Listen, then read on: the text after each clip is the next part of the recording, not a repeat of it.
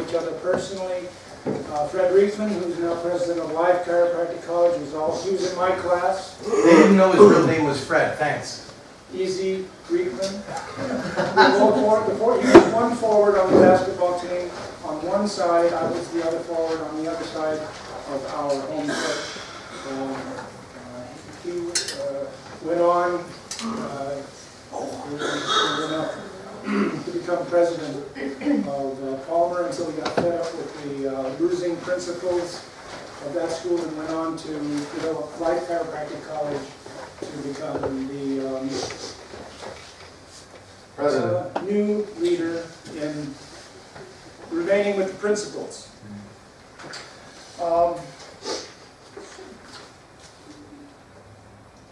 Did you shut something off? Probably not. Maybe. You went with the mouse to turn it on. I turned it off there. Someone said it. Yeah.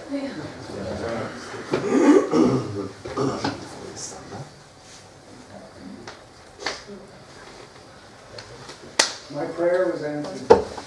No, because this, I don't know, last time I had a problem with this, he fixed it. Oh, okay. Hat jemand einen dabei? Sometimes the battery out and battery back. Ja. Präsenter? Ja. Hier war. But let me, go ahead, you go ahead and I'll turn until it's better.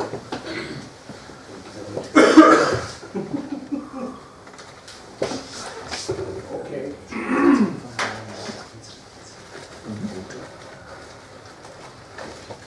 I'll read as it says, and then I'll try to elaborate on that as best I can. I wasn't prepared for this quite, but philosophy is philosophy. Come from my heart, I'll do the best. Like all my adjustments, I can do what I can. Yeah. Okay.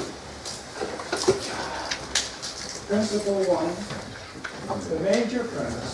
A universal intelligence is in all matter and continually gives to it all its properties and actions, thus maintaining it in existence. Nothing exists without cause.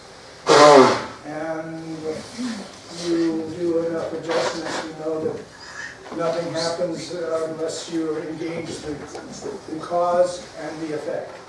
Effects don't happen without the cause. Principle number 1 is that it's a universal intelligence that we're dealing with that is more dynamic than... I'd have to know everything to be able to explain it. I don't know everything. I just know it's there. We can touch it. We can tap it. And we sometimes, if we get enough intuition and practice with it, we can have contact with it. And sometimes, some people say we can direct it. I'm inclined to think that's true. Okay, and these are principles that you evidently go through day by day in a month. The chiropractic meaning of life, the expression of this intelligence through matter is the chiropractic meaning of life. I was at Atlanta, Georgia. In fact, I think we went at the same time that John Paul was his first time there too. And at that time, Sid Williams woke up some night a week before and said, 2 letters came into his imagination, D-E. And that was the first time he said that was the first time he ever talked about that. And he didn't know what D-E meant, but he later on came on to, a few days later with it was just D and E. What does it mean? He came up with, it must mean dynamic essentials. And that's basically, you have to have an understanding of, it's a dynamic essential that is a key, it's like a key to having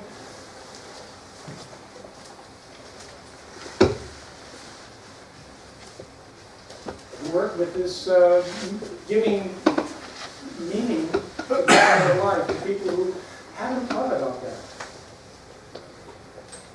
Third day of the month, chiropractic principle number 3, the union of intelligence and matter. Life is necessarily the union of intelligence and matter. matter we can see. That's no problem. Nobody's going to argue that that isn't there when it's physically weighable, analyzable, palpable, tasteable. But is the energy there? That's a good question. And energy and matter matter is not just energy, it's mostly space. If you've had any experience with the newest and latest technology, matter is very, very fine. But how it's organized by the intelligence in the space between. Now that is what we call Mr. Consciousness, so to speak. It's what that makes that solid. Understanding that again helps to make a better adjustment possible when you want, maybe every patient doesn't get the big idea, but as long as you know, and it's here, and it's heartfelt, it transmits. Day 4, the triune of life. Life is a triunity of three necessary united factors, namely intelligence, force, and matter. Does that need any explanation? Intelligence, that's pure information available in a constant stream. Our brains are able to perceive that. Animals, they're lucky in a way. They don't have to use a forebrain. They rely on instincts. They're protected by their instincts. They can't do dumber things than they're inclined by nature to do. We have been gifted with a higher intelligence to use force through matter in a way that does things animals would never think of. The potential therein is that we can turn this world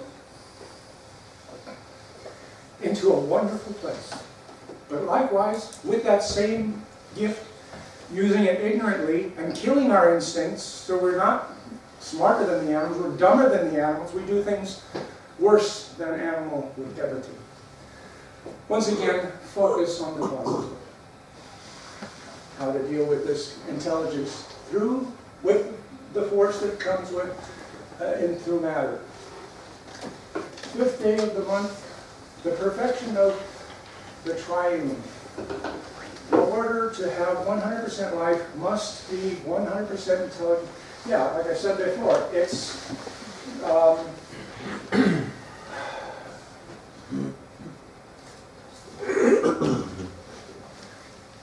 one without the other. You're going to have something that's not going to stand. It has to have, I don't know quite exactly where, I'm a little unprepared for some of this, as I mentioned before. It's been 30, 40 years since I've had this course material. I have the book at home, but he only warned me this last week that we were going to be touching on that. But 100% energy, that's where we have our influence. Force, then we direct the intelligence to make the force go into action. That's what differentiates us from animals. We can do that. And matter, that's self-explanatory. That's the part that it all expresses through action. The principles of time, 6th day. There is no process that does not require time. Time is simply motion through space. You can't get from point A to point B, and everything is always in constant movement. That's an ancient, ancient principle. One of the 7 primary laws in the Hermetic principles, in Buddhistic thinking, it goes back to as far as thinkers were enlightened. And time, some say it's an illusion. But we all have to deal with it. And how fast it goes, it can go real slow depending on how much fun we're having. And it can go fast. It's relative to, again, how you train this mechanism up here with experience to deal with it. But we all have the same amount. 7th day of the month, The amount of intelligence in matter, the amount of intelligence for any given amount of matter is 100% and is always proportional to its requirements. I would say that everything having a purpose, nothing has no purpose, even if scientific man has found that this is unnecessary. But it was about 50, 60, 70 years ago, people had their appendix out simply because it was an unnecessary organ. That was considered the wisdom of the day. Now they know that if you remove the appendix and tonsils, you are prohibiting, you're removing a major source of the immune system, the Abwehr system that upper body needs and the lower body needs. The other systems that are left, that remain after those are operated out, have to work extremely hard. They can do the job, but it's a luxus, it's an extreme burden to life. People go on without them, but it's much better when, through finding out why is this organ not functioning, finding the cause, correcting that, then you remain with your 100%. 8th day of the month. The function of intelligence. The function of intelligence is to create force. Intelligence, I like to think of it as information. And directing that information is something that human beings do best. And again, I don't know exactly where or how to go with that, except that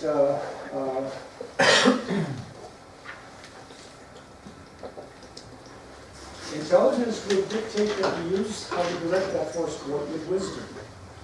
Not just ignore it. It has consequences. To deal with it intelligently takes a little experience. That has good consequences. 9th day. The amount of force created by intelligence, is always 100%. Is there any other? I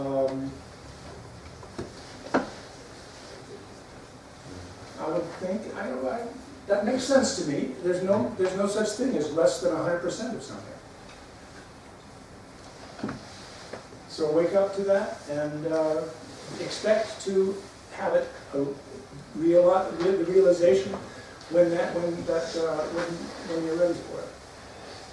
Most of us just assume that we already know that. The function of force. The function of force is to unite intelligence and matter. That produces the action. To intelligently direct the force so that we can have the results in matter. That this is in industry, as if it's something for industry, but it's actually at work without, in its perfect form, in the living body that doesn't have interference. To the degree that there's less interference is the degree to which this expression can flow itself perfectly. Perfectly. What's perfect? Again, I would like to think no interference. 11th day, the character of universal forces. The forces of universal intelligence are manifested by physical laws, are unswerving, that means unaltering, and adapted, and have no solicitude for the structure in which they work. That's hard in English to understand. But the laws, as I mentioned before, there are laws that mankind has found that deals with like cause and effect. Can't have any effects without any given cause. If you know cause and effect well enough, by the effect you can know what the cause must have been. But that takes a little experience. Most doctors are kind of, they're not interested in, or they're interested in what science has fed them. by the industry that pays for them to be teaching at that college, and then doctors graduating from that college are recipients of what the chemical industry wants them to sell. That prostitutes itself as healthcare.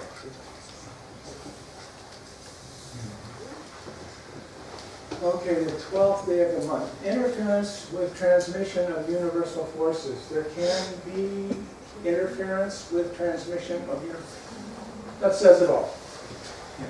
When structure is no longer in the condition that, and structure is maintained by this intelligence also. If the energy that causes the repair to happen function just breaks down. That's where the 100% that you can't see, the control, is behind the scene of what you can see. That's the material, and one affects the other. One is as important as the other. You can't just say one is more important than the other and deal with that. You've got to have, at best, all of them together. 13. The function of matter is to express force. Okay, and there's different ways that an adjustment is an expression of an intelligent force. Or, like if a person was going to die next week, I have a feeling that I would want to love that person more at the time that they have that. And by that feeling, you know, I bet my adjustment would lead to another level. That I consciously, because of emotion is behind all that consciousness, empowers it to a quantum leap. That's also intelligent use of force, but that's what, that's battle stuff. I like to see force used in a way that makes this world a better place. 14th day of the month, chiropractic principle 14. Universal life. Force is manifested by motion in matter. All matter has motion. Therefore, there is universal life in all matter. Wherever you see motion, there must be something behind it. Wherever you see matter, there's a reason why that's there. And even if you don't understand it, that's our Aufgabe is to find out.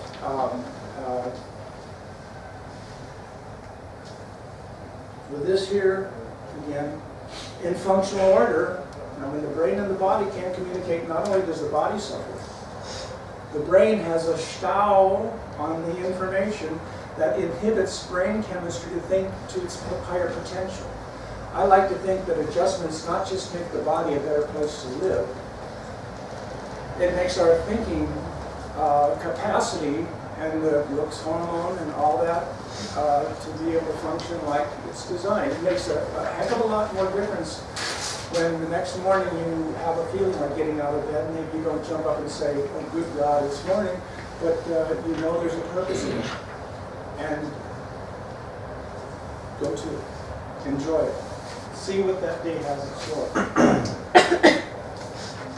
15th day of the month, chiropractic principle 15. No motion without the effort of force. No motion without the effort of force.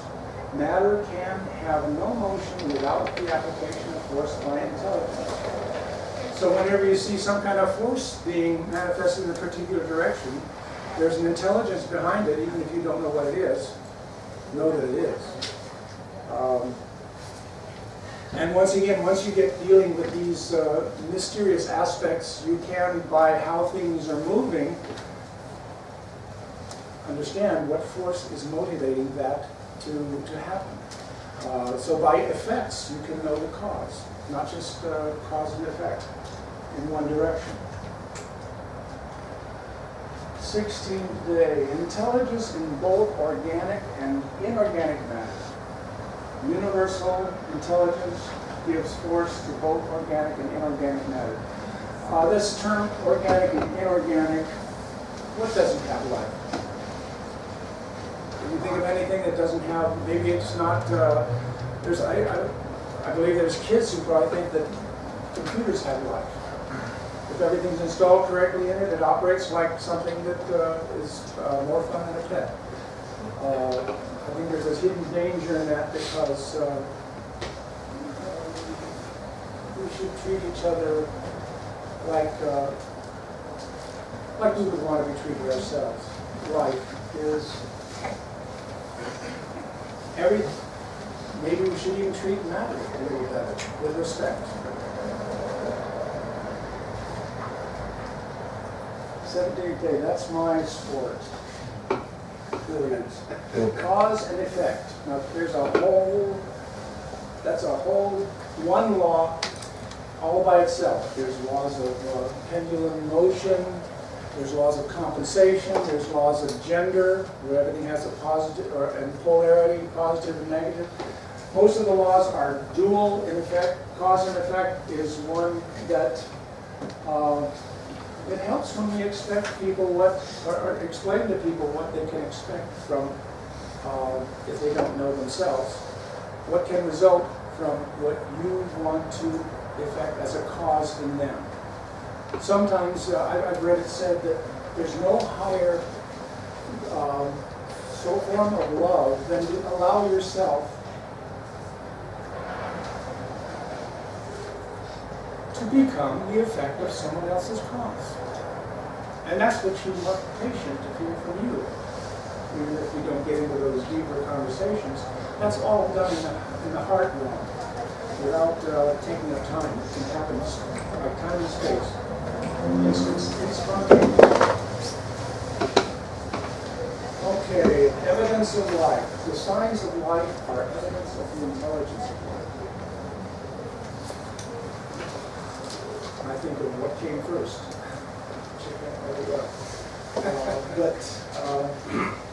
And there is an answer to that. I won't give away the answer to that.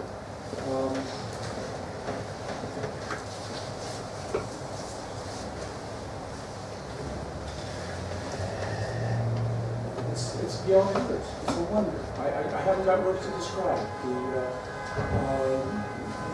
poets who've tried to explain it. The best geniuses in the world have dedicated music to it and have done in the best from their hearts to inspire people to realize and understand and appreciate the intelligence of life. All I can say is give it a chance and let life open your eyes. It was early in my career. It was early in my chiropractic career. Before I knew what an adjustment was, when I was in my first day at chiropractic college, our teacher, our professor asked us to each one of us stand up and give 3 facts why we want to become a chiropractor. First, what was the influence that made us or inclined us to want to become a chiropractor? Who was that person and where? And everybody, most of the kids at that time were kids, some were adults, some had other professions, migrated into the chiropractic avenue. But most of them were students, children of their father was a chiropractor, their uncle was a chiropractor, or somebody, it was like they were creating a dynasty.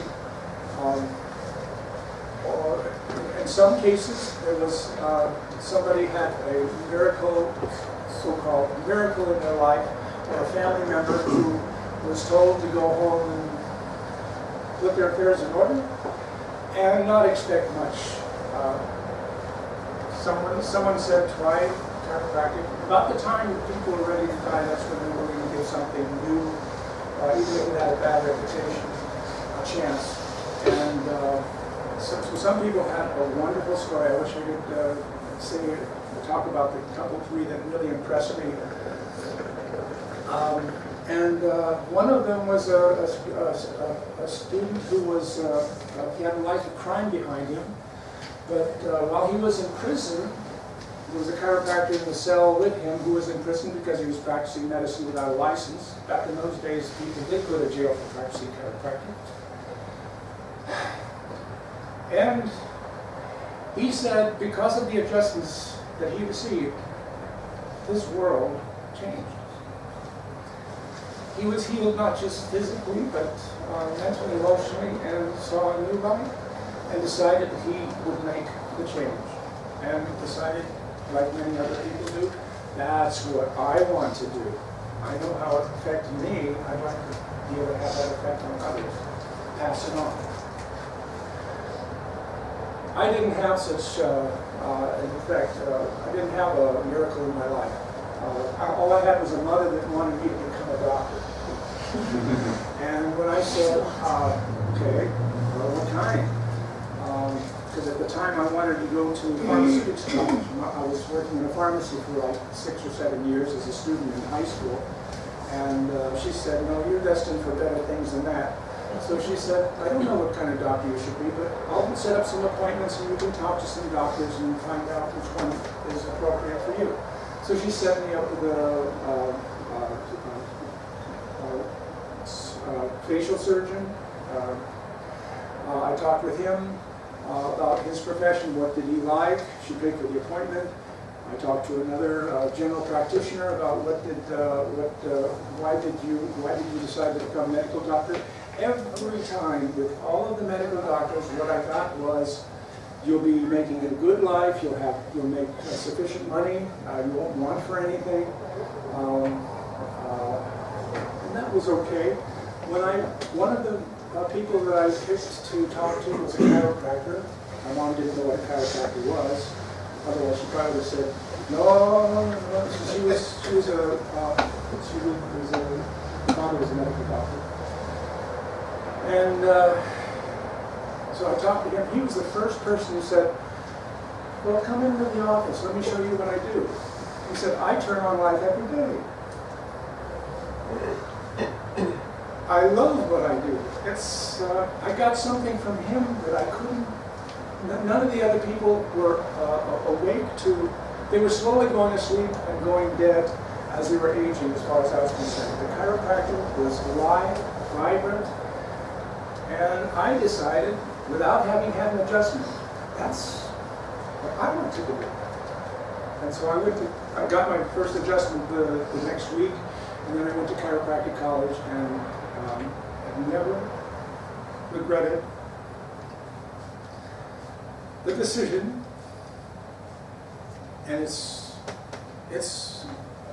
I think it's the perfect profession. For you, for me, and thank you.